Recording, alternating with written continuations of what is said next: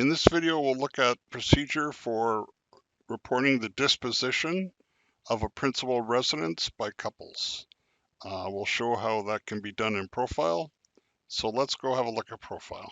I'm on a demonstration 2021 return, and this procedure will work for any years that you have to report a principal residence. So for example, it works for 2020, 2021, and 2022, etc. going forward. The first step I'll do is notice there's a question here in the residency section. Did you dispose of property for which you're claiming an exemption, the principal residence exemption, and I'll click yes.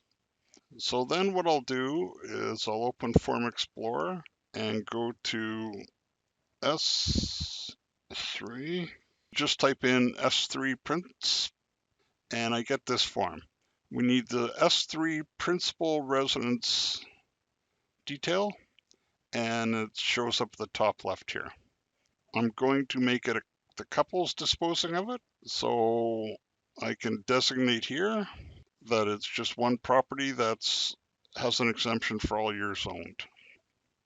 I paused the demonstration here while I made the entries. So I've got the spouse, they're reporting 50-50.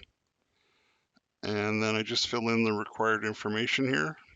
And the disposition was 100,000. So they're going to be reporting 50,000 on each return. So if I go up now to the T2091 hyperlink there, and I can see it fills in the tax year, and you fill in the appropriate information. So I'm going to say the property was owned for 10 years. And then I'll scroll down and there's no capital gain in this case. So this is just a demonstration. What I want to do now though is go to the spouse. So I've done the one return. I go over to the spouse and they of course have to click yes here too. And this time I'm going to go to Schedule 3. So I'm not going to S3 Principal Residence Detail because that only has to be entered on one of the spouse's returns. So what I'd have to do is go to the bottom of Schedule 3 for the other spouse. And I can see here it's already highlighted. And I can just click the designation that applies. And I can see that the proceeds of disposition are 50-50. Okay, so I just go to the bottom of Schedule 3. But of course, and let me just click here, I don't make a second entry on principal residence detail. Only one principal residence detail per couple. But what I can do now is go back to Schedule 3, and Profile is going to put the information on the T2091 for this spouse. So if I click there, it'll take me to the T2091. And then I just fill out the information as applies. And I'm just making this a very simple T2091 to show how it works. Just to review the points for principal residence disposition for couples, we only fill out one principal residence detail per coupled return.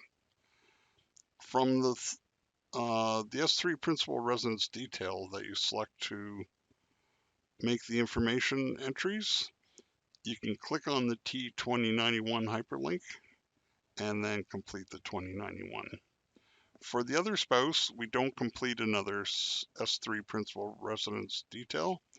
We just go to Schedule 3, scroll to the bottom, check the correct entry box for line 17900, and then click on the 2091 hyperlink and complete the 2091.